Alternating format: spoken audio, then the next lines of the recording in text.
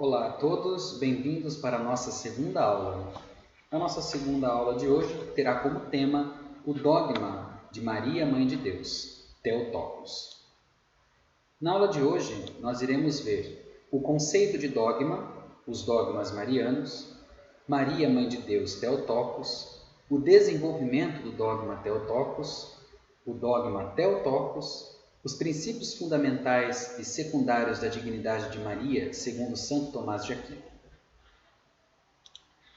Para iniciarmos, queremos então falar qual é o conceito de dogma. Os dogmas são verdades de fé que a Igreja ensina como reveladas por Deus. Não foi a Igreja que inventou, mas sim foi Deus que revelou. E deste modo, o parágrafo 88 do Catecismo da Igreja Católica diz que o magistério da Igreja empenha plenamente a autoridade que recebeu de Cristo quando define dogmas, isto é, quando utilizada uma forma que obrigue o povo cristão à adesão irrevogável da fé. Partindo desse pressuposto, podemos desdobrar 4 coisas referentes a esta afirmação do Catecismo da Igreja Católica. A primeira diz respeito ao magistério. Como nós vimos, é o magistério que define o dogma. Mas quem é o magistério? O magistério é a colegialidade dos bispos, ou seja, o colégio dos bispos juntamente com o Papa. Eles compõem o magistério da Igreja, os verdadeiros intérpretes da fé. Segundo ponto, a autoridade que recebeu de Cristo, ou seja, a autoridade que Papa, lá na pessoa de Pedro, o primeiro Papa, recebeu de Cristo. Essa autoridade é passada de geração em geração sucessivamente. Ou seja, na afirmação, quando diz lá que Jesus disse a Pedro: tudo que ligares na terra será ligado no céu, e tudo que desligares na terra será desligado no céu, ali nós percebemos Cristo dando autoridade a Pedro e assim a toda a igreja e o magistério para ser os verdadeiros intérpretes da fé. Deste modo, tudo aquilo que o magistério, na pessoa do Papa, juntamente com o colégio dos bispos, ou seja, todos os bispos, eles são os verdadeiros intérpretes da fé porque recebeu essa autoridade do próprio Cristo. Terceiro ponto, obrigação de todos que aderem à igreja, ou seja, é parte constituinte de ser cristão aderir aos dogmas da igreja. Quando nós dizemos eu creio, lá no início da nossa oração do credo, eu creio, está incluso neste crer todos os dogmas da igreja. Por fim, o quarto ponto, irrevogável, ou seja, não cabe ser questionado, pois, como diz o Catecismo da Igreja Católica, parágrafo 89, os dogmas são luzes do caminho da nossa fé que ilumina e torna seguro este nosso caminhar. Ou seja, não cabe a nós o questionamento se é ou não é verdade, mas sim a adesão irrevogável por eles. Deste modo, nós então partimos para aquilo que nós temos de dogmas marianos. Os dogmas marianos, assim chamados, são dogmas referentes a Maria, mas nós iremos perceber que a centralidade desses dogmas está no Cristo.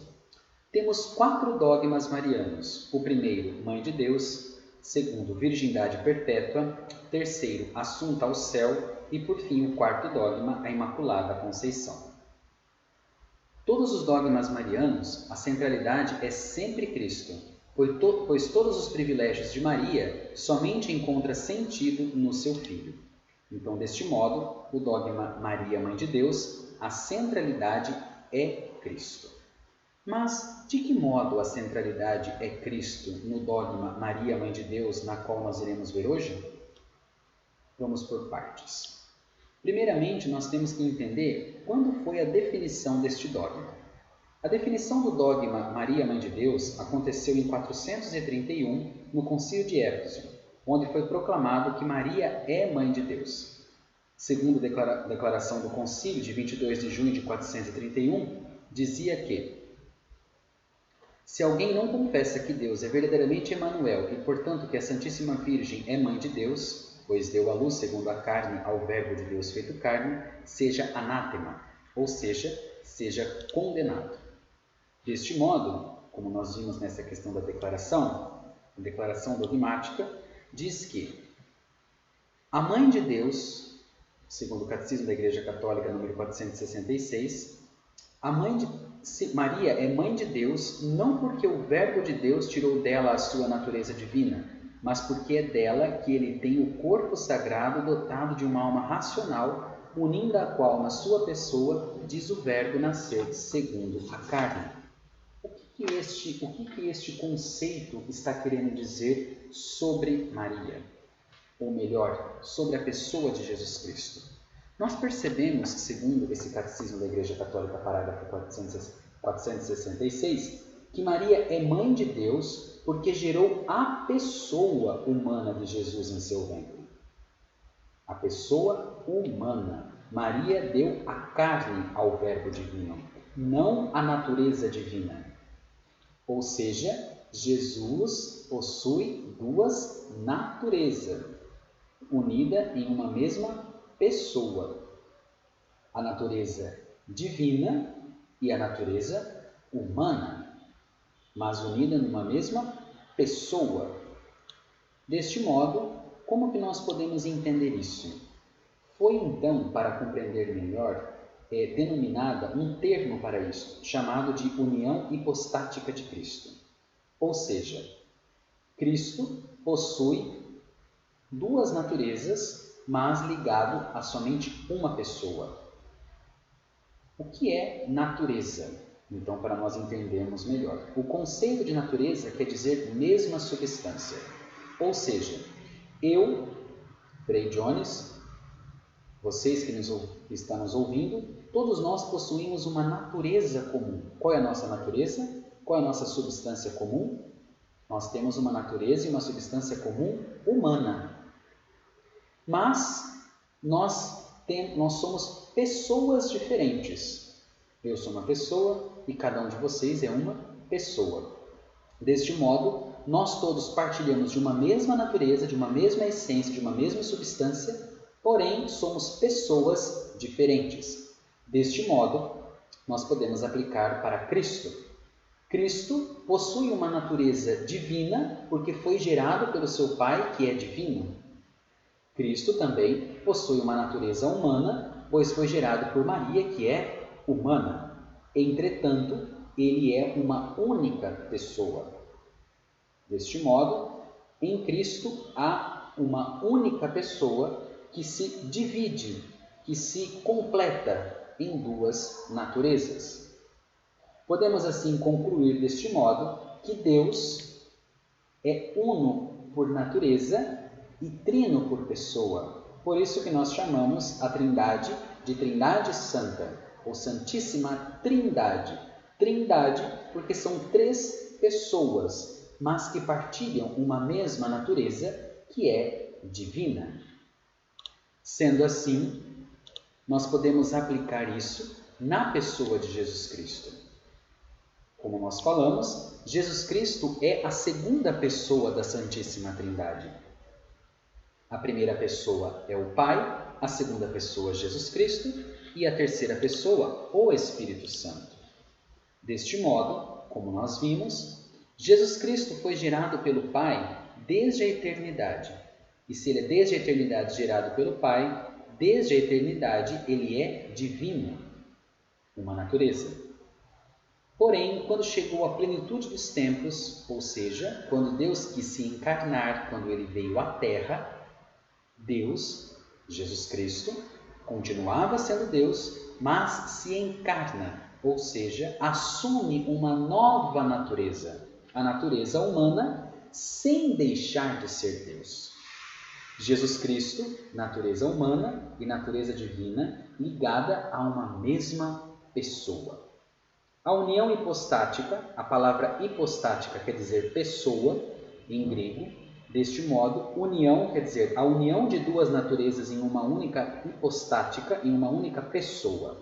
Em uma mesma pessoa, Jesus, portanto, tem duas naturezas. Ele é filho de Deus por natureza divina e filho de Maria por natureza humana. Mas, como nesta época em que essa declaração dogmática estava sendo feita, havia inúmeras e inúmeras heresias nesta época. Heresias estas que tentavam confundir tanto a questão da natureza como a questão da sua pessoa.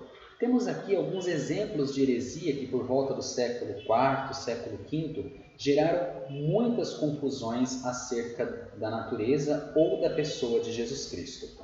Por isso que levou a Igreja a afirmar a natureza divina e a natureza humana ligada a uma pessoa em Jesus Cristo. Aqui essas heresias, elas afirmavam o quê? Nós temos, por exemplo, a heresia do nestorianismo, que afirmava que Maria era somente mãe de Cristo, ou seja,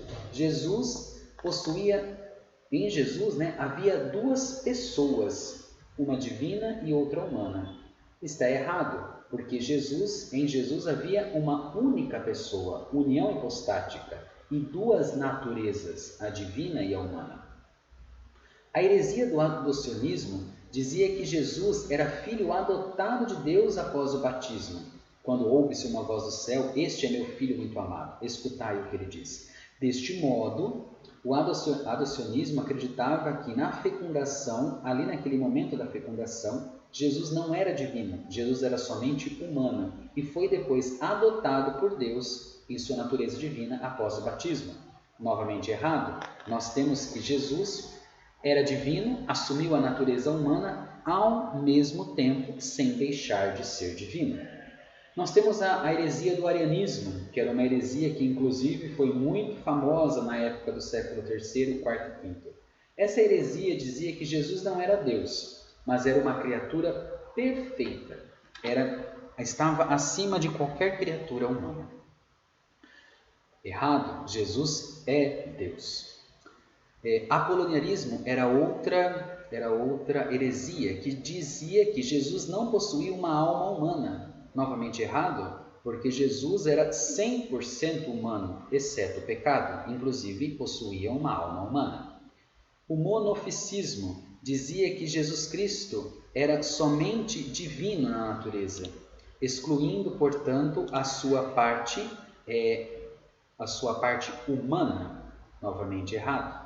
O monofisismo era uma heresia que, inclusive, também foi muito famosa nas igrejas e na parte da Idade Média. Inclusive, temos alguns ramos das igrejas orientais que ainda tem essa questão do monofisismo. O monoteísmo, outra heresia, dizia que Jesus havia duas naturezas, mas somente uma vontade divina. Errado. Jesus também possuía uma vontade humana. O que é uma vontade humana? Jesus possuía sede, Jesus possuía sono, então ele também tinha vontades, ele também tinha necessidades humanas. Deste modo, quando se declara, portanto, nesta mesma época que Maria é mãe de Deus, o Theotokos, nós estamos afirmando o quê? Ao afirmar, pois, que Maria é mãe de Deus, eu estou afirmando que em Jesus, única pessoa, as duas naturezas, tanto a divina quanto a humana, caminham juntas desde a concepção no ventre de Maria. Maria é, portanto, mãe de Deus, não porque o Verbo de Deus tirou dela a sua natureza divina, mas porque dela que ele tem o corpo e a carne. Então, quando nós afirmamos que Maria é mãe de Deus, é justamente para afirmar, para confirmar que Jesus era divino e continuou sendo divino no mesmo ato de fecundação pelo Espírito Santo no ventre de Maria, se tornando carne, se tornando homem, se tornando esse verbo que se fez carne e veio habitar entre nós. Então, ao afirmar que Maria é mãe de Deus, estamos então afirmando que Jesus era divino, continuou sendo divino após assumir a condição humana. Então percebemos aí a centralidade cristológica que possui este dogma. Mas a gente pode então se questionar, mas como que se deu o desenvolvimento, ou seja, quando, a partir de onde nós podemos tirar essa conclusão de que Maria é mãe de Deus, segundo, por exemplo, a Sagrada Escritura, que é a fonte, a alma de toda a teologia e de todo dogma? Nós temos lá, então, a leitura de Gênesis 3,15, que diz que Deus diz assim para a serpente: porém inimizade entre ti e a mulher, entre a tua descendência e a dela. Deste modo, Maria é esta mulher, como nós já vimos no encontro passado. Qual é a descendência de Maria? Jesus Cristo. Ou seja, se Jesus Cristo é o próprio Filho de Deus e Maria é esta mulher que estava prometida lá em Gênesis, nós podemos então concluir que Maria é a mãe dessa descendência, é a mãe de Jesus Cristo, é a mãe do Filho de Deus. Nós temos em outra passagem, em Isaías, que também vai dar uma confirmação acerca de Maria, mãe de Deus. Eis que uma jovem conceberás e darás à luz um filho, e lhe porás o nome de Emanuel. O que significa Emanuel? Emanuel significa Deus conosco. Então este Deus vai habitar, vai estar conosco. E quem vai parir, quem vai dar à luz? Uma jovem. Qual é essa jovem? Maria. Então nós temos aqui duas passagens do Antigo Testamento que nos mostra que Maria é esta mulher prometida em Gênesis e Maria é esta jovem que conceberás e darás à luz um filho e lhe porás o nome de Emanuel, afirmando assim, biblicamente, que Maria é a mãe de Deus. Deste modo, nós podemos então concluir a partir destas duas passagens o dogma Theotokos. No Catecismo da Igreja Católica 495 diz que aquele que ela concebeu do Espírito Santo como homem e que se tornou verdadeiramente seu filho segundo a carne não é outro que o Filho eterno do Pai, a segunda pessoa da Santíssima Trindade. A Igreja então confessa que Maria é verdadeiramente mãe de Deus.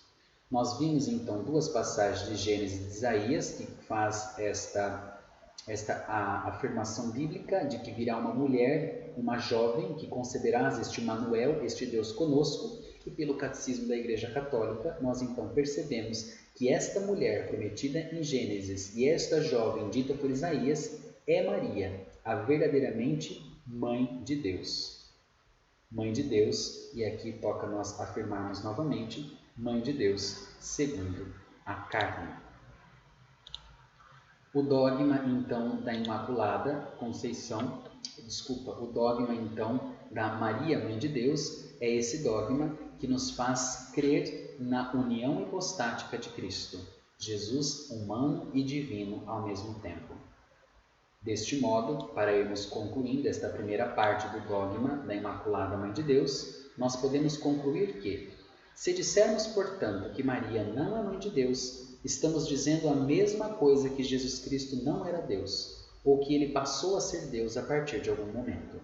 E segundo o Catecismo da Igreja Católica 464, ele se fez verdadeiramente homem, permanecendo verdadeiramente Deus. Jesus Cristo é verdadeiro Deus e verdadeiro homem.